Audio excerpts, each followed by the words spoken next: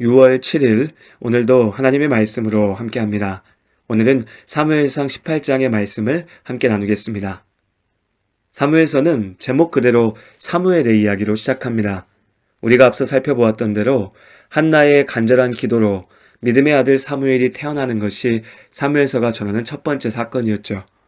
그렇다고 사무엘서의 주인공이 선지자 사무엘이라고 말하기는 어렵습니다. 하나님께서 사무엘에게 사사시대의 마지막이자 왕들의 시대의 시작을 여는 역할을 맡기셨으니까요. 사무엘서의 말씀은 우리가 마지막 사사 사무엘을 지나 이스라엘의 첫 번째 왕 사울을 바라보게 합니다. 그리고 다시 사울의 실패를 지나 다윗에게서 하나님께서 원하시는 참된 믿음과 순종을 보게 하죠. 6월의 남은 기간들 동안 우리가 나눌 사무엘상 후반부의 말씀들은 사울의 시대와 다윗의 시대가 서로 교차하며 지나는 순간들을 전하고 있습니다. 우리는 두 왕들의 삶을 살피며 죄로 인한 처절한 실패, 믿음의 사람에게 닥치는 고난, 또 믿음으로 인내하며 순종할 때 이기게 하시는 하나님의 완전하신 계획을 보게 될 것입니다. 이제 사울과 다윗 두 사람이 모두 역사의 무대에 올라왔습니다. 어느덧 사울은 그야말로 왕다운 권력을 휘두르고 있었고 다윗은 블레셋 장군 골리앗을 무너뜨리며 백성들의 환호를 받는 장군이 되었습니다. 주어진 상황만 놓고 보면 도무지 문제될 것이 없었습니다. 오히려 사울에게나 다윗에게나 기회였죠. 젊은 장수 다윗의 승리는 곧 사울 왕의 승리였습니다. 사울의 아들, 그러니까 다음 때의 왕이 될 수 있었던 요나단과 다윗은 서로를 생명같이 아끼고 사랑하는 우정을 나누었습니다. 사울의 딸 미갈 역시 다윗을 사랑하였고 다윗도 미갈을 마다하지 않았죠. 자연스레 유능한 장군이었던 다윗이 사울 왕가의 일원이 되어 함께 이스라엘을 강성하게 세워갈 수 있었습니다. 그러나 모든 사람이 순리대로 올바른 방향으로 살아갈 수 있다면 인생의 아픔도 세상의 모든 문제도 없겠죠. 결국 죄, 하나님의 말씀에 순종하지 못하는 우리의 악한 본성이 모두를 고통받게 합니다. 사울 역시 마찬가지였습니다. 하나님께 등 돌린 사울은 악한 영에 사로잡혔습니다. 처음에는 작은 욕심, 작은 두려움이었으나 결국 욕심이, 두려움이 사울을 삼켜버렸습니다.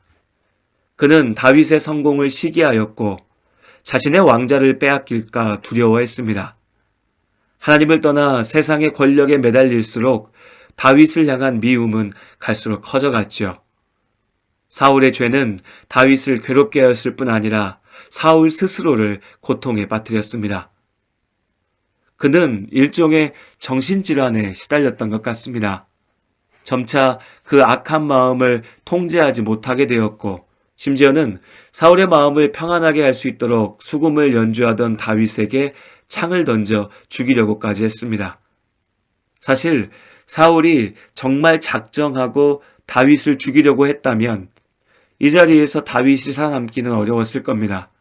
그는 지금 사울의 왕궁 안에 있는 신하였으니까요. 그러나 다윗을 향한 사울의 마음은 그야말로 오락가락했습니다. 다윗의 재능에 감탄하며 중요한 임무를 맡기면서도 또 이내 다윗의 재능을 시기하여 그를 죽이려 하였죠.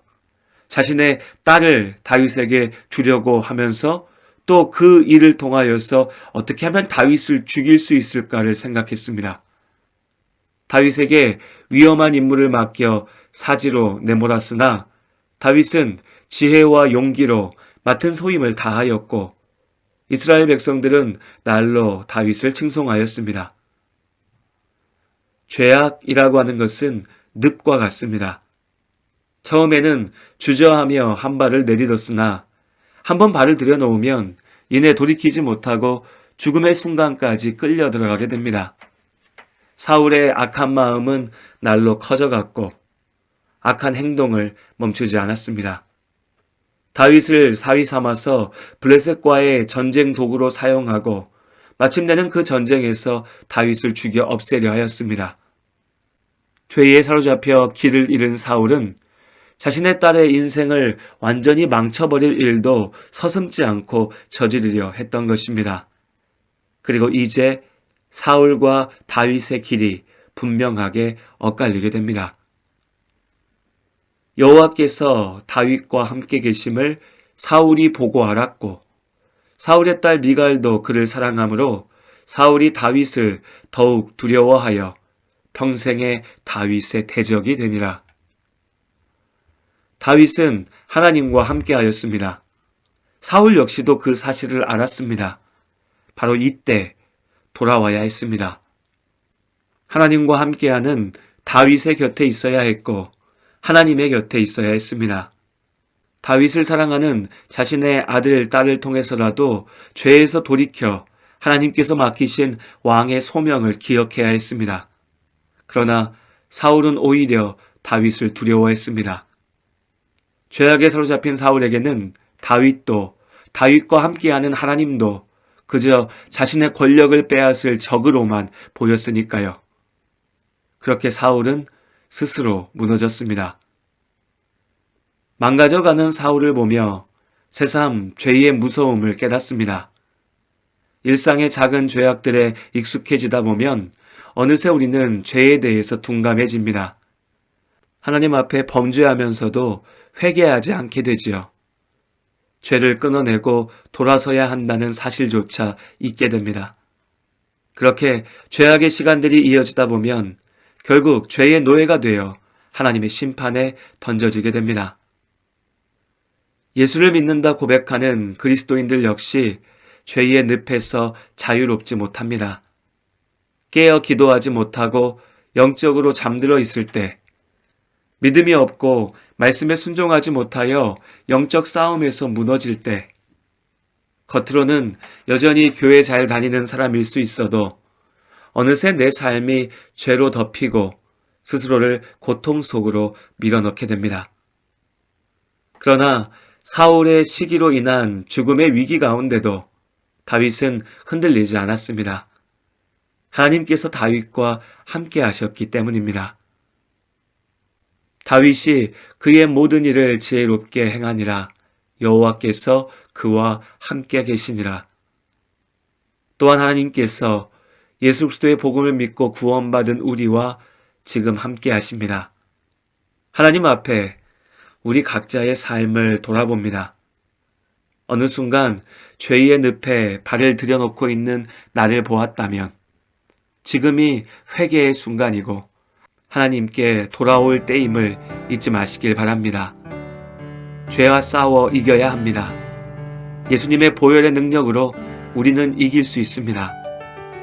오직 믿음으로 하나님과 함께하는 우리 모든 성도님들의 삶을 하나님께서 지키시고 인도하시기를 기도합니다. 주의 이름 높이며 주를 찬양하나이다. 나를 구하러 오신 주를 기뻐하나이다.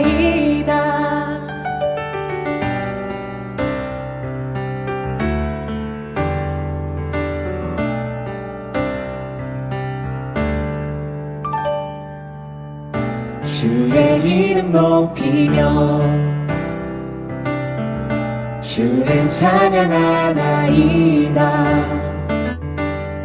나를 구하러 오신 주를 기뻐하나이다.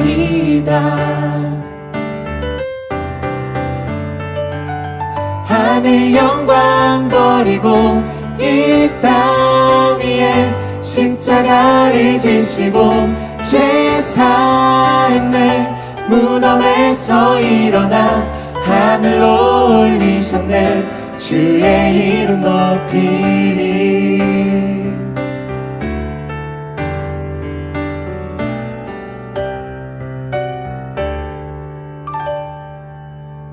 주의 이름 높이며 주의 이름 높이며 주를 찬양하나이다. 나를 구하러 오신 기뻐하나이다.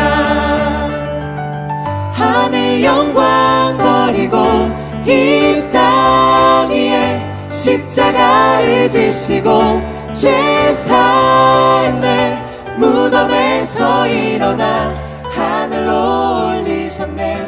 주의 이름